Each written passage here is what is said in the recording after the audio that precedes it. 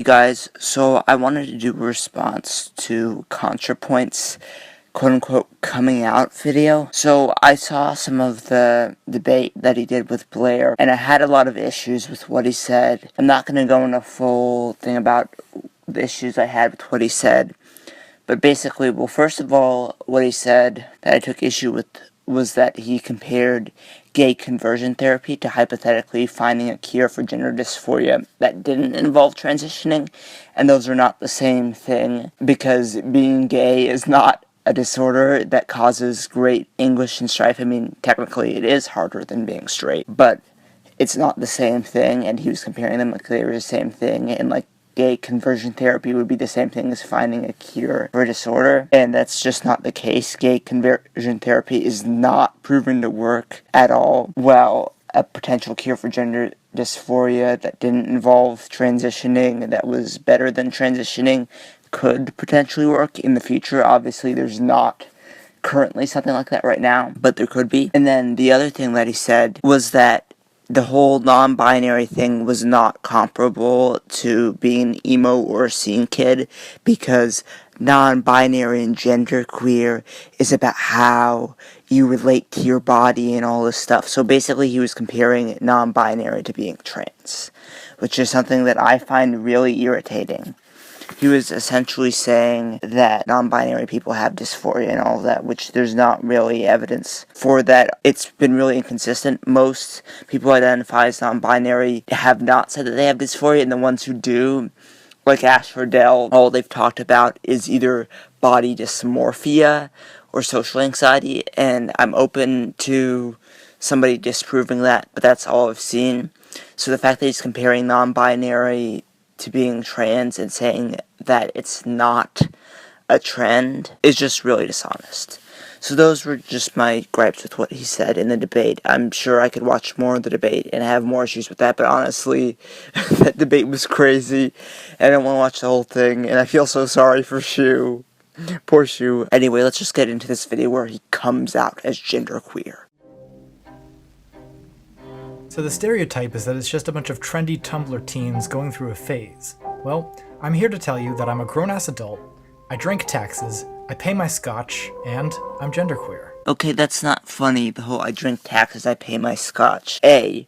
B. Being an adult doesn't prove anything. You've just got brainwashed in the Tumblr thing, and that's not a stereotype that it's a Tumblr thing. That's the truth that it's a Tumblr thing.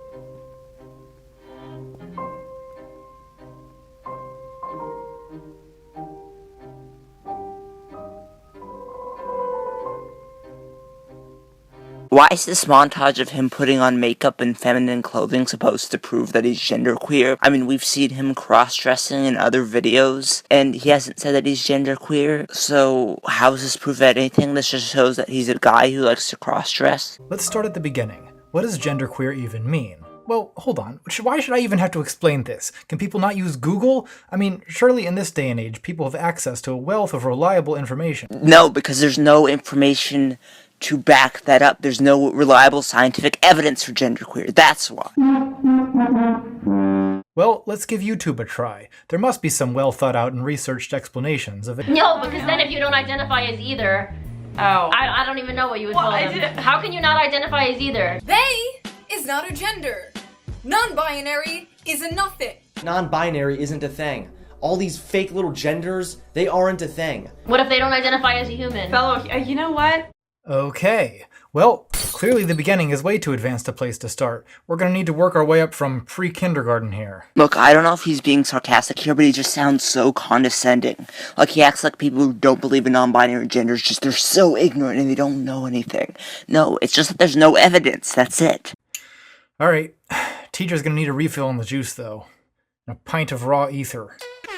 Part -1, pre-kindergarten. Now I could try yet again to explain that gender is a social and psychological concept. And that's the key word, social and psychological. The thing that you're conflating here is that you're acting like a gender isn't biological, when it is. Gender is the sex of your brain. It is every bit as biological as sex is. It is not some thing, whatever you feel like it is, whatever you imagine it is, whatever society says it is. No. It is just as biological as sex is. Stop pretending that it isn't. Well, sex is the term used by biologists to describe an organism's reproductive anatomy. I can tell you that biological sex itself is a pretty broad and nebulous concept, describing characteristics ranging from chromosomes to hormones to primary and secondary sexual anatomy, none of which are strictly binary, and most of which can be altered medically. Okay, so this is the whole biological sex is fluid, biological sex is social construct. It's not really a binary thing, which really gets under my skin. I think I've talked about this in the response I did on my thoughts on the whole Riley biological sex is social construct video. But basically, biological sex is what your chromosomes are. It's whether you have a Y chromosome or you don't. Yes, you can change sex characteristics, but you can't change your chromosomes, and therefore you can't change your sex. So no, biological sex is not fluid. And I could point out that the dogmatic insistence on an inflexible gender binary is nothing more than a deliberate political gesture aimed at denying the existence of people who don't strictly conform to conventional social roles. He just admitted it. He just admitted it's political. It's political. That's all it is. It's political. It's not biological. It's not an actual medical condition. It's political. This whole identification with non-binary, it's just political. And that's the thing that really annoys me. You admit it's just political.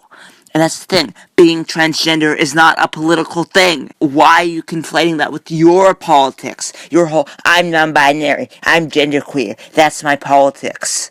Honestly, stop dragging trans people into this. But I know that by this point in the video, a bunch of free-thinking rationalists have already posted a comment explaining that it's just a simple scientific fact that there are only two genders. And you know, you raise a good point. Why don't we start out with a proper scientific explanation of gender? A doctor?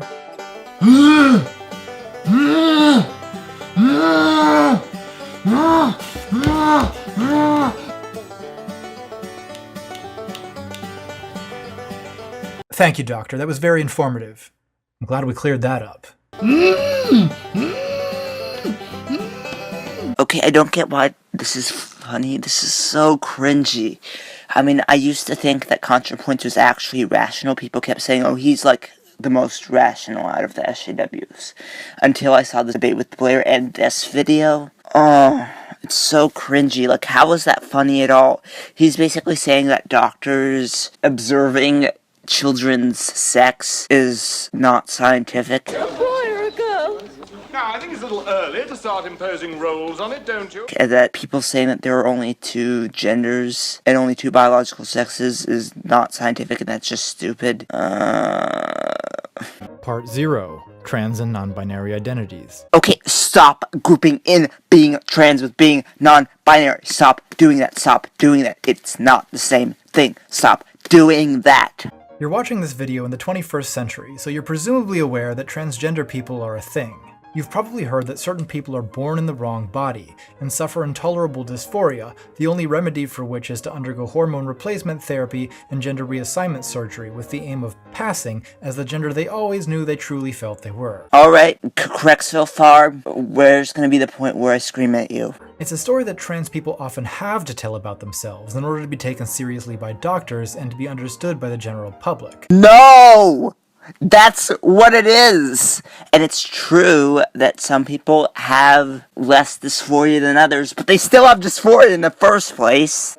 And while it does describe some trans people's experience, it's by no means the only trans experience, and it may not even be the most common. So you're basically saying that some trans people have dysphoria and some trans people don't? Kill me. No, you have to have dysphoria to be trans, otherwise how are you trans? How does it even make any sense? I'm sorry, this... We're only 3 minutes into the video, and already this response is going to be like 7 minutes long.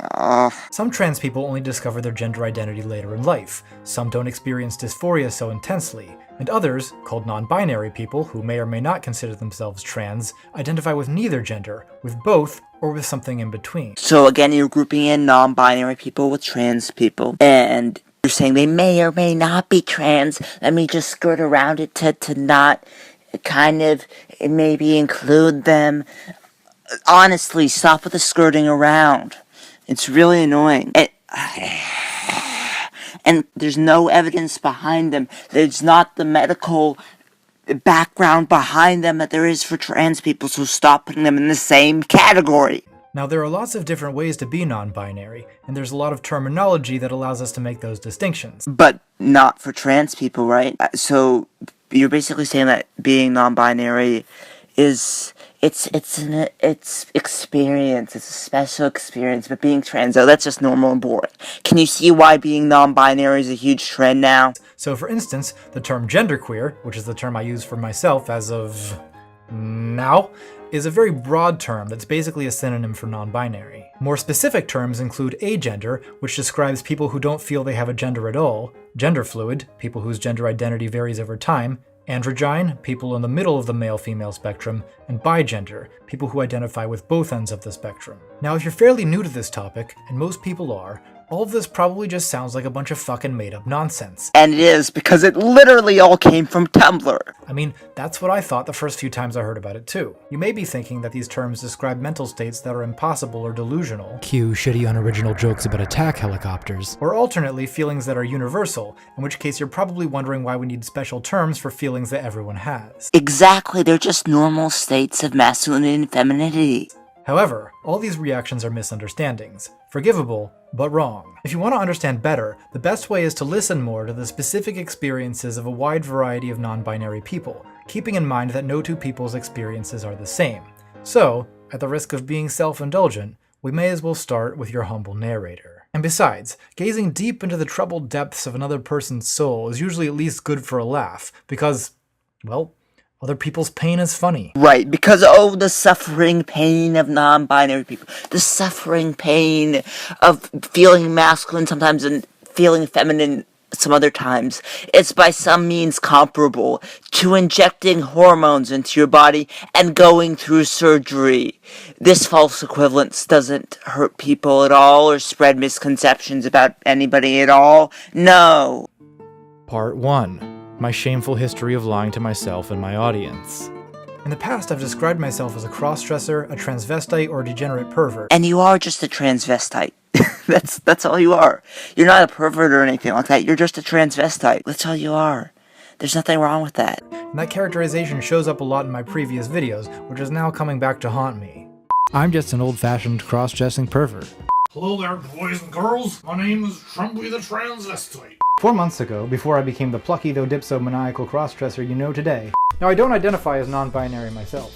In fact, I identify as a main, which is how bluesman Muddy Waters pronounces the word man. Speaking as a mentally ill, alcoholic transvestite. So there are a few different reasons why I use that kind of language. One is that I've always been kind of hesitant about claiming any kind of queer identity, because I don't bang dudes, not yet anyway. So, basically, you're a straight dude.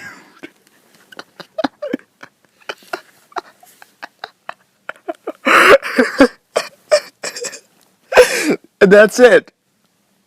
And I don't own any rainbow flags, and most of the people I've known who are non-binary are younger than me, usually assigned female at birth, and they date women or each other.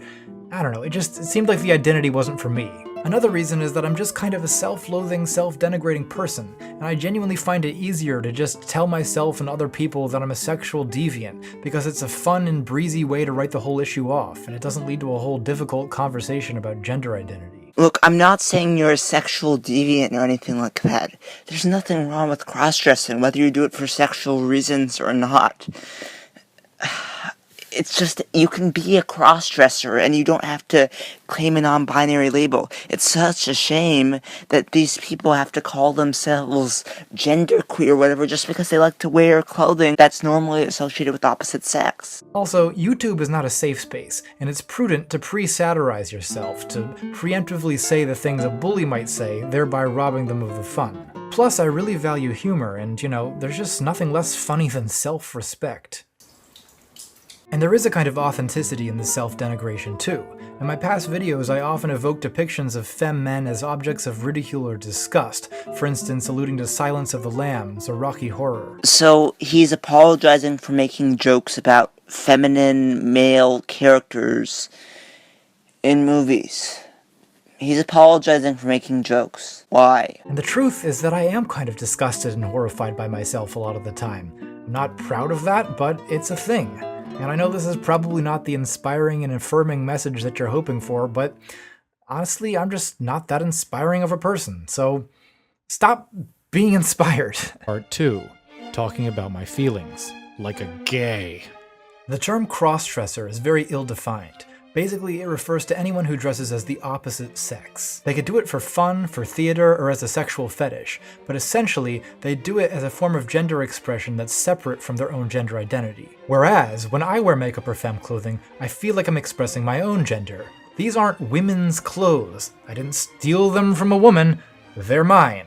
That makes no sense. Does this guy really think that drag queens or cross-dressers or people who do that for a fetish put on women's clothes and think, oh, I stole them from a woman? No. They just think I'm putting on these clothes and I like wearing these clothes for whatever reason they like wearing them. They don't put them on and think that they stole them from a woman. If that's the reason he thinks he's gender... Like, it's such a shame that these people think that because they don't conform to gender roles, they have to be non-binary. That's the whole reason that these people think that they are this way, and it's such a shame. And they're part of my gender expression. So it's not accurate to call me a cross-dresser, because I'm not a man in women's clothes. So what am I? Am I a trans woman? Well, that's a good question. I have had mild dysphoria over the years that's sometimes bad enough that I have given serious thought to transitioning. I still hate my body hair and facial hair, and I spend a lot of time removing it. All of it. And I prefer femme or androgynous gender expression. But here's the deal. I'm 6'2", my shoulders are twice as wide as my waist, and I have this voice. So passing, it would take a lot of work. Well, guess what? There are plenty of trans women who can't pass it well, and that didn't stop them. So claiming that you want some sort of trans status is really dishonest and really disingenuous. I mean, I'm glad that you're admitting that you're not trans, but stop claiming some sort of trans status just because you identify as non-binary. Plus, I'm pretty indifferent on the issue of breasts and genitals, and indifference is not enough to justify surgery. I have thought about HRT to get that sweet, smooth estrogen skin and some alleged emotional benefits, but you know, it involves a lot of doctors and therapists, and it's not really my scene. But it's more than just that. I actually don't want to surrender some of my masculine attributes. For instance, I kinda like my voice, and other people like it too. People respect a masculine voice, and I'm not gonna go passing on male privilege just to be true to myself. Ugh, a male privilege joke. And now I'm wondering why people ever thought this was like a rational SJW. So I feel the term genderqueer best captures what I really am, namely some kind of freakish hybrid. Look at this footnote. I realize that some people may be offended by my calling myself freakish. I understand that normalizing non-binary identities is important, especially for people who aren't professional weirdos. So basically, before he got brainwashed, he loved calling himself a freak, and a transvestite, and a pervert, and a weirdo, and whatever. But now he has to take that back. He's like, oh no, some people might be offended. Look, dude, if you want to call yourself a freak, that's fine. Let your freak flag fly, or whatever the term is. There's nothing wrong with calling yourself a freak if you want to own that term. The fact that I have to apologize for that is embarrassing. Like I said, you can be a cross-dressing man and not have to call yourself non-binary or something like that. It's just a shame that he has to do this because he's been brainwashed. He seems like he could be a rational guy, but he's just been totally brainwashed. Now he's just totally irrational.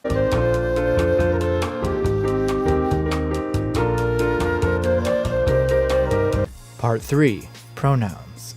In some languages, like Chinese, there are no gendered pronouns, so in those languages this wouldn't be an issue. But English traditionally forces people to use either male or female pronouns. I wonder why. A lot of non-binary people choose to use they as a gender-neutral pronoun, and in my experience this is especially true with agender people who don't like the experience of being gendered one way or another. Now I'm more on the gender fluid or bigender side of non-binary, though I don't use any other term besides genderqueer because I just find these other terms are too specific. But I don't experience a lack of gender so much as an excess of it. I've just got too many fucking genders inside me. They're just filling me up deep inside. Okay, like I said, these jokes aren't funny, and it just makes no sense. What you're saying is so vague. Again, this is no proof. This whole video is called I Am Genderqueer, and what the fuck that means. You're not explaining what any of this means. This is so vague. This is so incredibly vague. Please, if you really want people to understand what all this non-binary stuff means, explain what it means. So you can call me he or she. Either is fine. What I like the most is a rapid, disorienting alternation between the two. So you want people to randomly alternate between he and she. So you want to be as much of a special snowflake as possible. Instead of just being a cross-dresser or whatever. What's wrong with just being a cross-dresser? That sounds like something actually that's way cooler than just being some random label. But I get that that's a lot to ask for, so you know what? Just call me whatever you want. I'm making this real easy for you. I'm basically unmisgenderable. These are just unimportant labels you could just throw around and change whenever you want. They're like Pokemon. Collect all the labels. Maybe I will, June. Maybe I goddamn will. Part 4. Concluding unscientific postscript. Oh, I get it. You went to grad school. That's hilarious. So let's end this video by doing a quick shoot down of what I'm guessing are going to be the most common objections to who I am. No, that's not who you are. That's some random identity that you decided to adopt. Keyword, decided. Objection 1. Why can't you just dress how you like without a special label, you goddamn snowflake? Exactly. Well, as I've already said, being genderqueer is about more than just clothes. It affects how I experience my own body, how I relate to other people, how the world reacts to me, and even real personal shit, like who and how I want to bang. So now it affects your sexual orientation? But I thought you said that you liked women before, and that had nothing to do with your sexual orientation. And I thought you guys are the same people who say that gender has nothing to do with sexuality. Pick one. And also, your quote-unquote dysphoria just had to do with your body hair insecurities. And you weren't a trans woman, that you didn't have dysphoria about your sex characteristics, about your chest or your genitals. So how is that related to your body? Stop comparing identifying as non-binary to being trans for the millionth time. And when you tell genderqueer people that we shouldn't have a word for ourselves, you're in effect asking us to drop the banner that allows us to understand ourselves, to find each other, and to collectively demand recognition and understanding. But there's no evidence for that. So why do you guys need to demand recognition? So telling us we shouldn't have a label basically amounts to asking us to shut up and disappear. No, it means that we're demanding that you show evidence, and you guys haven't shown any evidence yet. Objection 2. You're just doing this for attention. Well, I do like attention, but the public aspect of this is really just the tip of a psychological iceberg, so no, that's not correct. Then what's the rest of the psychological iceberg? You didn't go into detail about that. You admitted that he wanted attention. Objection 3. This makes you a bad feminist, because gender is a caste system based on systemic subjugation of women by men, and not just some identity that you can claim because of how you feel. Well, can it be both? Honestly, this objection is more likely to come up for non-binary assigned female at birth people, since they can be accused of Gender treason. I'd suggest reading genderqueer feminist Lori Penny's take on this. Basically, they identify as non-binary, though also as a political woman. Wait, political woman? But if you don't even identify as a woman, how can you be a political woman? That doesn't make any sense. What? What you say?